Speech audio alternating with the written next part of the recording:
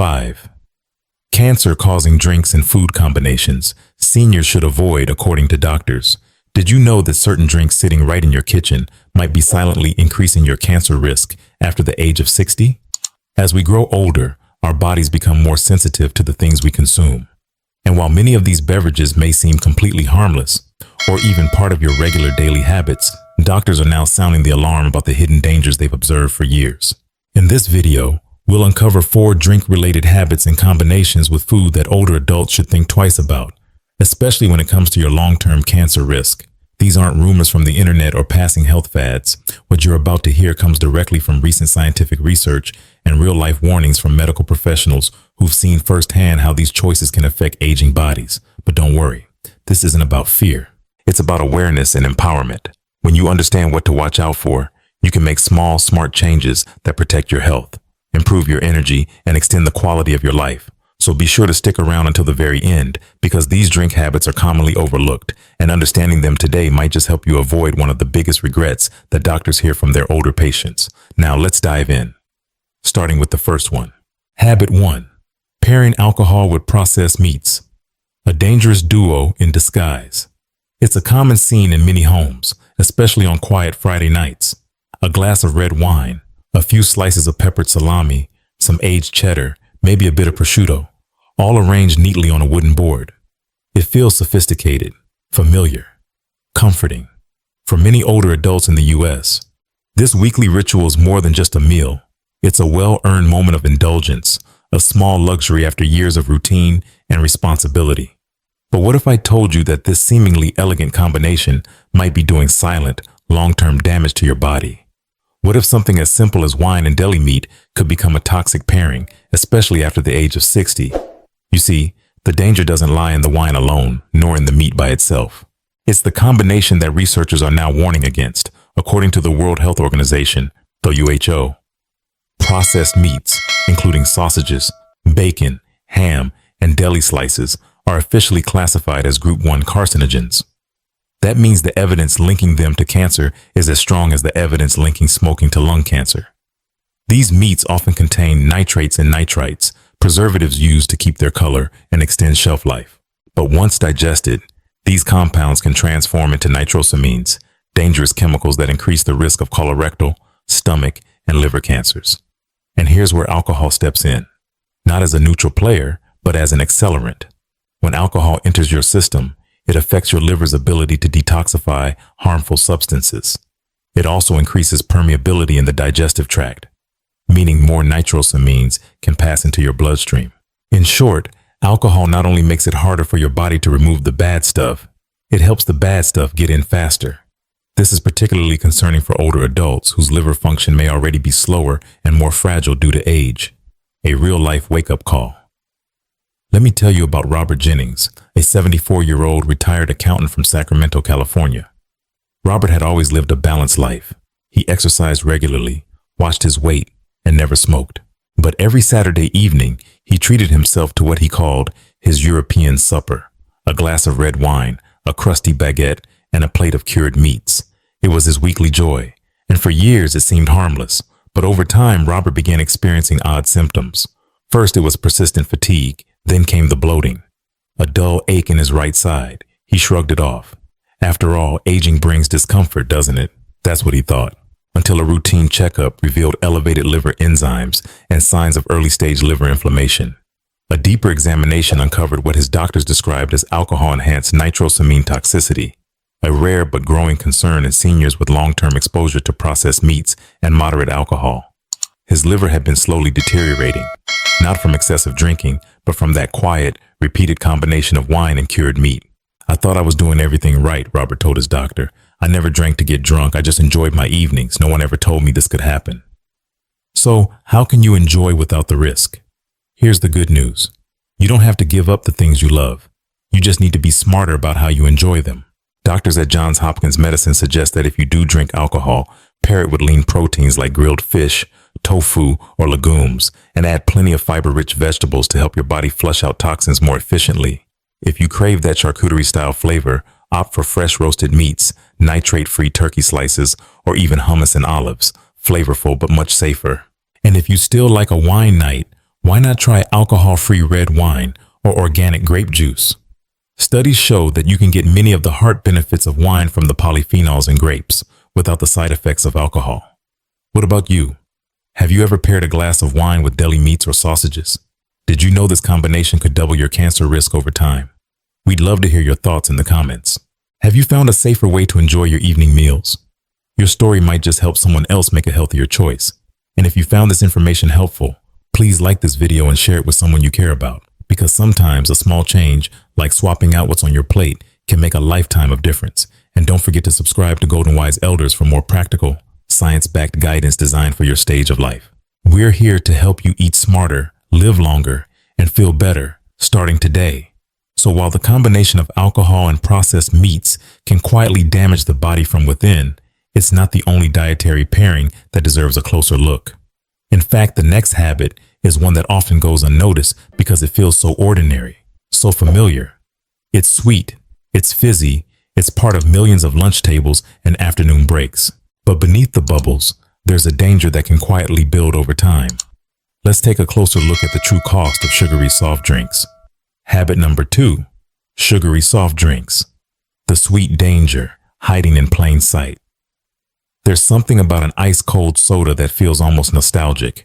For many, especially those who grew up in the 50s, 60s, and 70s, it was a symbol of freedom, convenience, and modern life. A cola with your sandwich, a lemon-lime soda after mowing the lawn, or a fizzy drink during a Sunday afternoon game, these were more than beverages. They were part of the American rhythm of life, and the habit stuck. Even now, millions of older adults still reach for a can of soda as part of their daily routine. It's refreshing, it gives a quick lift, and it feels harmless. But what if behind that familiar crack of the can and the comforting fizz lies one of the most underestimated health threats to aging bodies? Sugary soft drinks aren't just empty calories. They are, in many ways, a silent accelerant of chronic disease, particularly when consumed regularly over time. Each can contain anywhere from 35 to 50 grams of added sugar, often in the form of high fructose corn syrup, which spikes blood sugar levels rapidly. For aging bodies, that's not just a jolt, it's a shock to the system.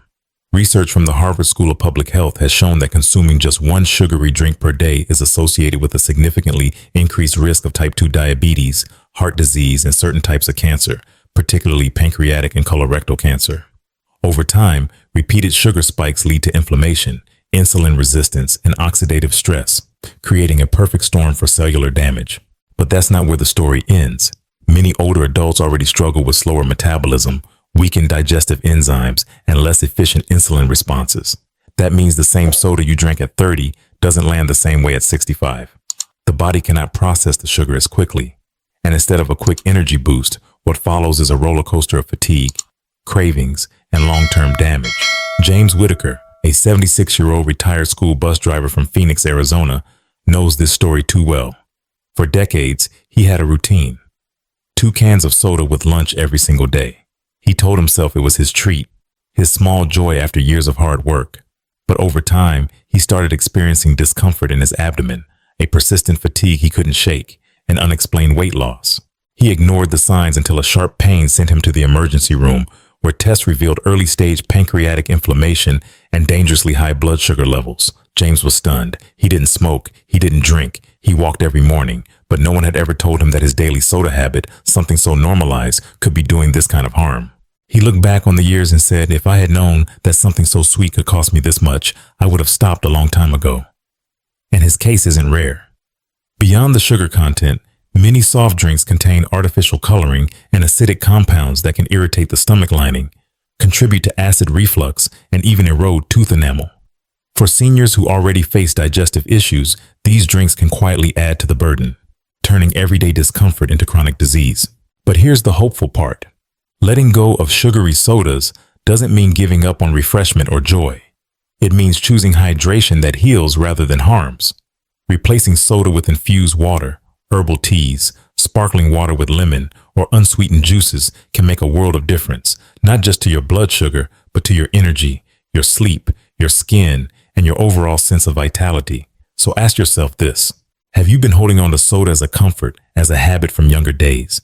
Has it become something you reach for without thinking, just because it's always been there? What if today you chose differently? not just for your health, but for your future? Let us know in the comments. Have you ever kicked the soda habit? If you have, how did it change how you feel? And if you haven't, what's holding you back? Your story could be the spark that inspires someone else to make a change they've been putting off. And if this message resonates with you, take a moment to like this video and share it with someone you care about. It might just open a conversation that changes a life. Don't forget to subscribe to Golden Wise Elders, where we explore the small everyday choices that add up to a stronger, wiser, healthier you.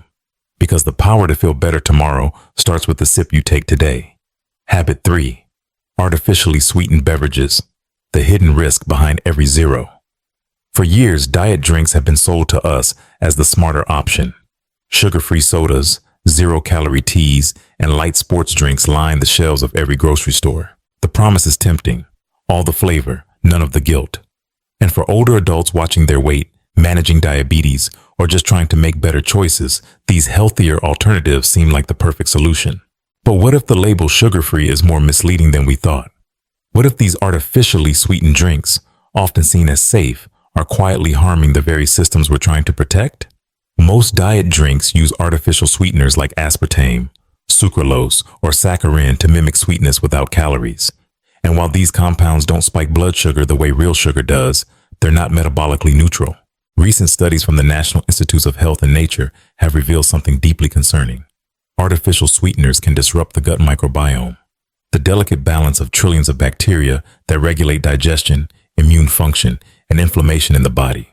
When that balance is disturbed, especially in older adults whose gut resilience is already reduced, it can lead to low-grade chronic inflammation, a condition strongly linked to insulin resistance, cardiovascular disease, and yes, even cancer. The gut, often called the second brain, becomes inflamed, sluggish, and less effective at filtering out toxins or regulating metabolism. Dr. Eleanor Banks, a geriatric nutritionist based in Chicago, explains it simply. Artificial sweeteners don't just pass through your system, they interact with it. And over time, those interactions can quietly shift the body's internal chemistry, especially in people over 60. Beyond the gut, there are growing concerns that long-term exposure to some artificial sweeteners may increase the risk of certain cancers. A large-scale cohort study conducted in Europe involving over 100,000 participants found that individuals with the highest intake of artificial sweeteners had a 13% increased risk of cancer, particularly breast and bladder cancers. While research is ongoing, the trend is clear enough that health professionals are beginning to warn older adults to limit daily consumption of these chemical sweeteners. But for many, the habit is already well established. Take the story of Patricia Holloway, a 68-year-old retired nurse from Tampa, Florida. After being diagnosed with prediabetes, she proudly gave up regular soda and switched to diet soda, drinking 1 or 2 cans each afternoon for almost 5 years. She was doing what she thought was right, but over time, she noticed changes. Her digestion became erratic. She felt bloated after meals. Her energy dipped more often. She developed a strange metallic taste in her mouth and eventually was diagnosed with irritable bowel syndrome. At first, she never made the connection, but after working with a dietitian and gradually removing diet drinks from her routine, her symptoms began to ease. Within weeks, her bloating reduced, her energy improved, and she says something many people echo when they finally step away from artificial sweeteners. I didn't realize how bad I felt until I stopped. So here's the big question. If diet drinks aren't the safe haven we thought they were, what's the alternative? You don't have to give up flavor or refreshment. You just need to reach for options that work with your body, not against it. Try naturally flavored sparkling water, homemade iced herbal teas, or water infused with fresh fruits and herbs like mint, lemon, or berries. If you crave sweetness, a few drops of stevia, a natural plant-based sweetener, can give you the taste without the artificial aftermath. And remember, it's not about being perfect. It's about making smarter swaps that support your health today and protect your body for years to come. Now think about your own habits. Have you been relying on diet sodas or sugar-free drinks as part of your daily routine? Have you noticed changes in your digestion, energy, or how you feel after drinking them? We'd love to hear your experience. Share it in the comments below, because your story might help someone else rethink their daily zero-calorie drink. If you found this information eye-opening, consider liking this video and sharing it with a friend or family member. You never know who might be reaching for that same can of diet soda without realizing the risks. And if you haven't already, subscribe to WiseElders for more empowering science-backed content tailored to the wisdom and challenges of aging well. Because every sip, every choice, every small change, it matters. Habit 4. Final reflections. The power of one small change. Now that we've explored these 4 often overlooked drink and food habits, it's time to take a step back and ask the question that really matters. What do these patterns say about how we live and how we care for ourselves as we age? Because this video isn't just about soda or processed meats or reheated leftovers. It's about something much bigger. It's about the quiet choices we make every single day, the things we sip, the things we snack on, the things we don't even question anymore. Habits that feel safe, familiar, part of who we are. But just because something is routine doesn't mean it's still serving us well, especially not in this new chapter of life. Growing older isn't just about counting the years. It's about becoming more aware, more intentional, more protective of our bodies and our futures. And here's the truth. No one tells you enough. You're not stuck. You're not too late. You're not powerless. You still have time. Time to pour your tea a little cooler. Time to choose water over soda. Time to reach for foods that heal, not harm. Time to ask, is this helping me feel strong or just getting me through the day? If even one of these habits felt familiar to you, if you recognize your own kitchen, your own routine, then take that as a gentle nudge, a whisper that says there's something here for you, something worth changing, something worth protecting. Maybe it's your energy, maybe it's your digestion, maybe it's simply waking up each morning knowing your choices are building a healthier version of you. You don't need to be perfect, you just need to be willing. So now I'll ask you, what's the one small change you'll make this week? What's the habit you're ready to look at with fresh eyes? Leave us a comment and let us know, because your voice matters here. Your experience might be the encouragement someone else has been waiting for. And when we share our lessons, our questions, even our regrets, we grow together, wiser, stronger, braver. So while switching to diet drinks may feel like a healthier choice, we've seen how even small habits, if misunderstood, can have unexpected consequences over time. And that brings us to another everyday routine, one rooted in good intentions like thrift and practicality, that many older adults rely on without a second thought. But as we'll see, this next habit might be doing more harm than good, one microwave cycle at a time. Let's talk about the risks of reheating leftovers again and again. Habit 5. Reheating leftovers multiple times. A hidden health risk. There's a habit many older adults in the U.S. still hold on to from earlier days, a symbol of thrift, thoughtfulness, and practicality. Saving leftover food and reheating it the next day. A hearty beef stew cooked Sunday evening might be warmed up for Monday's lunch, then again for dinner, and sometimes even the following day. It's a routine seen in households across Florida, Texas, and California, where older communities are vibrant and strong. But what most people don't realize is that this seemingly harmless practice may quietly be putting your health at serious risk, especially if you're over 60. When food, particularly high-protein dishes like red meat, fish, eggs, or vegetables rich in natural nitrates, is reheated multiple times, its chemical structure can change in ways we don't often see. According to Dr. Hironobu Ueshima, an epidemiologist from Kyoto University, repeatedly heating food can lead to the formation of nitrosamines, compounds that have been closely linked to stomach and esophageal cancers, especially when they build up over time. In younger individuals, the digestive system is more resilient and the liver detoxifies harmful compounds more efficiently.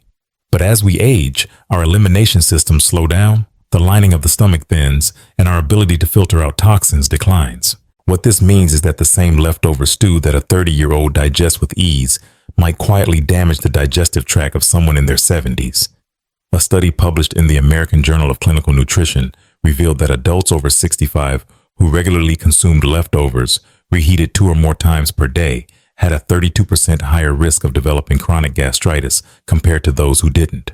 Over time, this chronic inflammation can trigger cellular damage, stomach ulcers, and in some cases, progress toward early-stage cancer. One case that doctors at Houston Methodist Hospital still remember is that of Margaret Ellis, a 73-year-old retiree living alone in northern Houston. Margaret was the kind of person who planned everything. Every Sunday, she'd cook a large pot of beef stew filled with carrots, potatoes, and white beans, and portion it into containers for the week ahead. At first, everything seemed fine, but slowly, she began feeling bloated in the evenings. Some days, she felt slightly nauseous, assuming it was just age catching up with her. She sipped ginger tea and carried on. Months later, the discomfort turned into burning pain after meals. She lost weight without trying. Then one cold morning in February, as she stepped out of bed, she collapsed in the kitchen. After multiple tests and an endoscopy, doctors diagnosed her with chronic atrophic gastritis, showing signs of precancerous cell changes. Margaret was stunned, but the real shock came when the doctors traced the cause. Not alcohol, not fast food, not medication, but her daily habit of repeatedly reheating leftovers, especially nitrate-rich ingredients like potatoes, beans, vegetables, and red meat. Doctors believed that the regular reheating had caused nitrosamine compounds to build up in her digestive tract over the years, gradually damaging the stomach lining until her body could no longer repair it. I never thought that something I made with my own hands, something I believed was clean, safe, and homemade, could actually hurt me. Margaret shared, her voice shaking. If someone had told me this sooner, I would have done things differently. So, what can we do about it? Because let's be honest, not everyone has the time or energy to cook 3 fresh meals a day. The good news is you don't have to. With just a few thoughtful changes, you can keep the convenience without the danger. Nutrition experts from Mayo Clinic recommend that after cooking, meals should be divided into single-serve portions, cooled quickly and stored in the refrigerator, never left out at room temperature for more than 2 hours. When reheating, only warm up what you plan to eat, and avoid reheating food more than once. If you use a microwave, stir the dish halfway through and ensure it reaches at least 165 to 74 degrees Celsius. Hot enough to kill bacteria, but safe enough to preserve the food's structure. Have you ever done this? Reheated the same meal multiple times just because it's easier? Have you ever eaten leftovers for 2 or even 3 days in a row? If so, you're not alone. But now, you know better. And that gives you the power to choose a safer path forward. If this information feels useful to you, please give this video a like. And more importantly, share it with someone you care about, your parents, grandparents, or a friend living alone. Because sometimes a small tip like this can prevent a mistake that might cost someone their health. What do you think about this topic? Do you often reheat your leftovers? Have you ever tried changing that habit? We'd love to hear your thoughts in the comments below. Your experience might be exactly what someone else needs to hear today. As we come to the end of this video, let's take a moment to pause, not just to remember what we've learned, but to reflect on what it all really means. Today, we explored 5 everyday drink and food habits that, while common and often comforting, may be quietly working against our health, especially as we age. We talked about the risks of drinking soda daily, the hidden dangers of combining alcohol with processed meats, the long-term impact of artificial sweeteners, the silent harm of overly hot tea or coffee, and yes, even the habit of reheating leftovers a few too many times. But here's what matters most. You don't have to give up the things you love. You don't need to live in fear. This isn't about restriction. It's about reconnection with your body, your choices, and your future. Because health, especially after 60, isn't made in dramatic moves. It's built quietly, gently, in small moments, in the pause before you take that sip, in choosing water instead of soda, and letting your tea cool just a bit longer. These aren't sacrifices. They're acts of care. Tiny decisions that speak loudly. I value my health. I want more time. I want better days. And the best part, you're not doing it alone. Here at Golden Wise Elders, we're a community of people just like you, still learning, still growing, still showing up for ourselves and each other. A place where age isn't an ending. It's a deeper beginning, where wisdom meets wellness and experience becomes a superpower. So now, we invite you to take one more small step. If this video gave you something new to think about, if even one moment made you pause, please give it a like. If you thought of a friend, a sibling, a parent, share it with them. Your action could be the reason someone else lives a little stronger, a little longer. And we'd love to hear from you. Leave a comment below. What habit surprised you most? What small change are you ready to make? Your voice might just be the encouragement someone else needs today. Finally, if you haven't already, we warmly invite you to subscribe and turn on the notification bell so you never miss a chance to care a little more for yourself and for those you love. Because here at Golden Wise Elders, we believe that aging well isn't about chasing youth. It's about choosing health, choosing joy, and choosing to show up, one wise decision at a time. We'll see you in the next video. And until then, stay wise, stay strong, and stay golden.